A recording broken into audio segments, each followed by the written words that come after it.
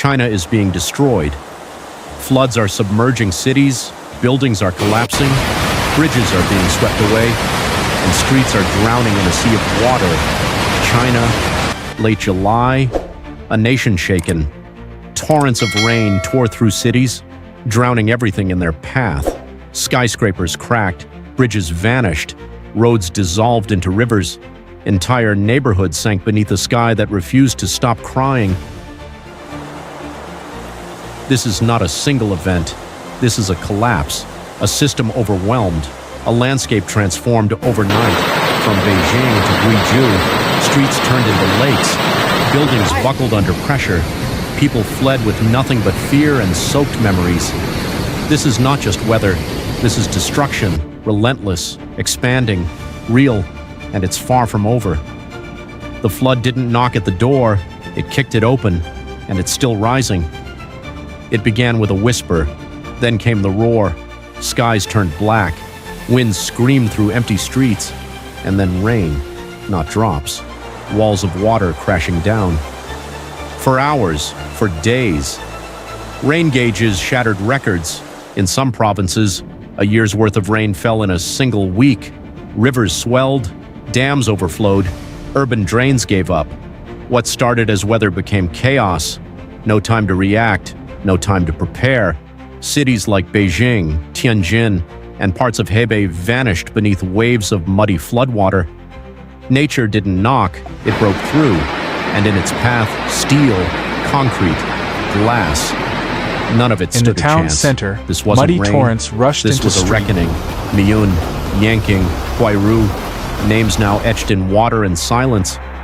Once bustling districts turned into ghost towns overnight, homes submerged, schools gone, farmlands erased beneath brown waves.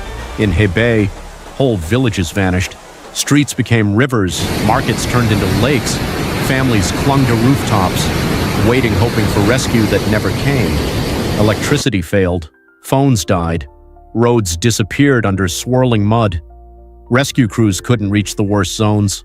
The water was too high. The ground too unstable. This wasn't damage, this was erasure. From the sky, it looked like chaos, but from the ground it felt like the end of the world, and the flood still hadn't reached its peak. It hit without warning, a roar, then collapse. Bridges snapped in half, dragged away like driftwood. Concrete highways cracked open and vanished beneath torrents of black water. In one province, an entire shopping mall flooded in minutes. Escalators ran like waterfalls. Cars floated in parking lots. Buildings, once symbols of strength, buckled under the weight. Walls caved in.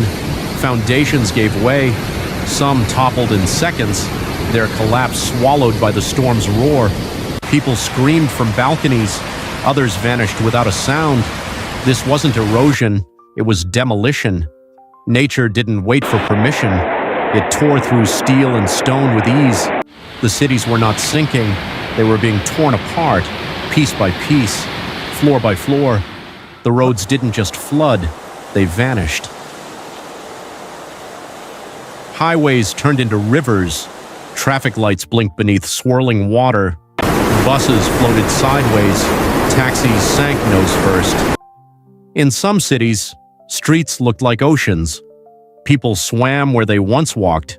Delivery riders paddled through intersections, gripping bags of food above their heads. Bridges collapsed mid-span. Their remains swept downstream like broken bones. Sidewalks cracked open. Sewers erupted. Cars stacked on top of each other like toys in a drain. No direction, no dry ground, just endless water stretching block after block, and beneath it all, silence, as if the city itself had drowned.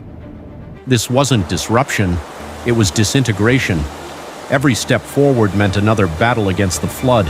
The human toll is staggering. Dozens confirmed dead, many still missing. Washed away by currents too strong to fight. Over 80,000 evacuated. Entire families separated. Children carried through chest-deep waters. Grandparents left behind, unable to move fast enough. Shelters overflowed. Supplies ran thin. Food, blankets, Clean water all in short supply, hospitals flooded, ambulances stuck, emergency calls unanswered, and yet the flood showed no mercy. In the dark, people held on to each other. In the silence, they waited for rescue, for news, for anything. But time moved slow, and the water moved fast. This wasn't just a natural disaster, it was a national wound, and it kept growing, hour by hour, day by day. Emergency forces rushed in, boats replaced cars, helicopters circled day and night, scanning for survivors. Rescuers waded through freezing water, pulling people from rooftops, breaking windows to reach the trapped. Volunteers set up shelters in schools and gyms. Food was shared, clothes donated. No one asked questions, they just acted. But in some areas, the roads were gone, the air too rough to fly. Help couldn't come fast enough. Still, they kept going. Firefighters, medics, soldiers. Ordinary people with extraordinary courage. Every life saved felt like a miracle. But for every rescue, there were cries in the distance too far, too late. The battle wasn't over, it had just begun. The warnings grew louder, red alerts flashed across provinces, evacuation orders poured in, but for many it was already too late. Some towns remained completely underwater, others faced rising levels hour by hour. Rivers kept climbing, dams strained under pressure. Officials warned of more storms, more landslides, more collapses. The danger wasn't over, it was evolving. Entire regions were marked as high-risk zones, roads sealed off, schools and businesses shut down. Helicopters dropped loudspeakers, repeating one message, "Prepare for more." But how do you prepare when you've already lost everything? Families clung to rooftops. Others refused to leave what little they had left. Fear settled in like fog, heavy, constant, and the clouds above promised only one thing: more rain. When the waters finally began to retreat, they left behind devastation. Mud covered homes, roads split in half, bridges hanging like broken ribs across empty rivers. Families returned to silence, rooms once filled with laughter now filled with debris, photo albums ruined, furniture rotting, memories soaked beyond saving. Farmers found their fields drowned, machines rusted, seeds lost, months of labor gone in hours. Children searched for toys in the mud. Parents searched for hope. Officials spoke of recovery, of rebuilding, but no one knew where to begin. This wasn't just cleanup, it was mourning. Because the flood didn't only take things, it took time, trust, and the feeling of safety itself. This was not just a flood, it was a warning carved into stone and water, a reminder that even the strongest cities can fall, that no dam, no bridge, no building stands forever against nature's rage. But it also revealed something deeper: our limits, our delay, our lack of readiness. We cannot stop the rain, but we can prepare. We must better systems, faster alerts, stronger infrastructure. Not next year, not someday, now. Because the climate is changing, the storms are growing, and the next disaster may not wait.